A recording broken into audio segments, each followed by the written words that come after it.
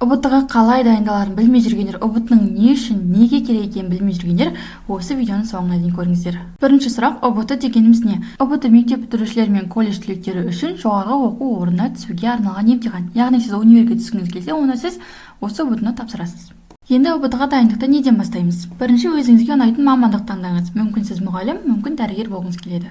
Екінші, таңдаған мамандығыңыз бойынша бейінді пәндер комбинациясын анықтау. Мысалы, сіз математика мұғалімінің мамандығын таңдағыңыз келсе, онда физика, математика, немесе биология мамандығын таңдағыңыз келсе, биология, химия, сол сияқты өзіңізге керек мамандықтың бейіндік пәнін анықтайсыз. Келесі бізде үшінші ұбт форматымен танысу. Жалпы ұбт-да 5 пән тапсырасыз, оның 3-еуі міндетті пән, 2-еуі бейіндік пән.